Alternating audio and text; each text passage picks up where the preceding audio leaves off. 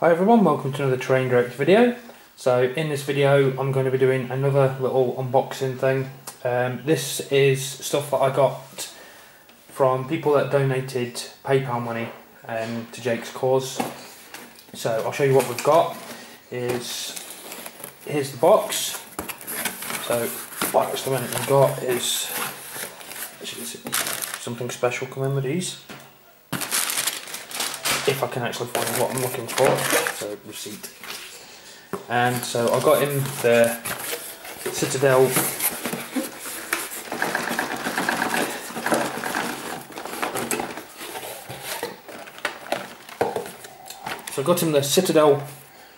base paint set. I got this one because it's just a nice kit, and it pretty much gives him every sort of variation of colour to actually do. So it's one thing that he hadn't got paints. So I got him the Army Painter starter set. It's okay sort of paint set, but hopefully over time we can get him all of these, the sets, get all them sorted and get this to him, so he's got plenty of paints to paint up his models with. So as it says, I got that one from Element Games, and even though they didn't have it in stock, it only took like 4 days, I think it was, from ordering it to actually get it into stock and post it out to me. You can't ask fairer than that from any company. So really impressed with that. So here's the next thing, is I got him two of these. So the first one is Solid Water, and the reason why I got him this, just a nice little kit. It's not like the big one like I've got. I've got the big massive one, because as you can see it comes in 50mm, 90mm and 350mm, and I've got the 350mm set.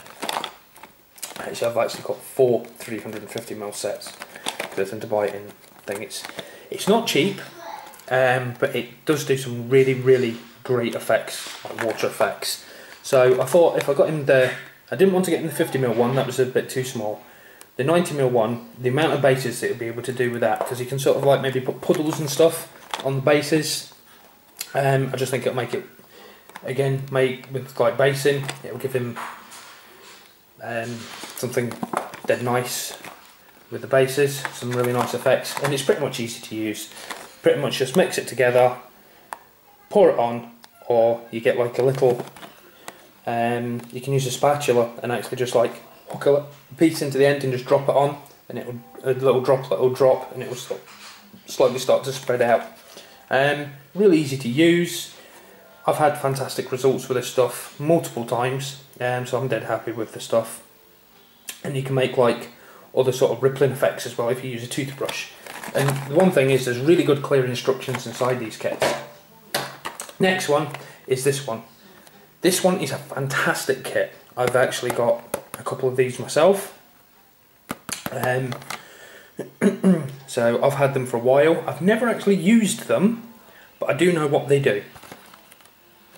So what it is it's rust. And I'll tell you the story. What I was going to do is, I was going to buy him some weathering powders, and I get in a mess with them. So I can't imagine what sort of mess he would get into. So I started thinking about, and really I could have gone for this, or I could have gone for like the Model Mates Rust, like the paintable version. And in the end I went for this, because I've seen this used. I've not actually used my kit yet, even though I've had it quite some time. I just hope it's still okay. But what it actually does is, it's a 3-part kit, and it comes in a powder and a mixer. This is almost, it's like an adhesive, this one here. It's like a very thin adhesive. And you mix the powder with the adhesive in the little cup, and you actually get all your measurements inside here to tell you what to do. And you've got your little stirrer, so you stir it together, and then basically you just paint it on. You just literally paint it on the way it is, out of the cup, and then you just you just leave it to dry. Then once it's dry, which takes, I think it takes a good few hours to dry, but once it's dry, you then dip your brush into the developer, and you actually paint that onto the actual areas that you've put the powder on. And then you leave it overnight, and in the morning, the developer creates a chemical reaction with the powder, and it creates real rust, as in real rust. And then all you do is spray it over with some matte varnish, and it seals it.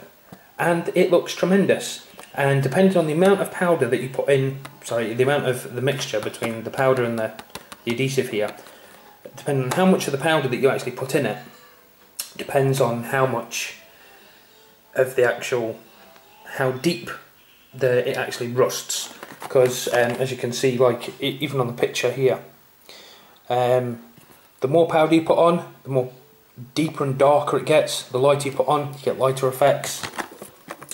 Very clear instructions. Instructions of this are on the side. Prep the model with like your primer or whatever and paint it up.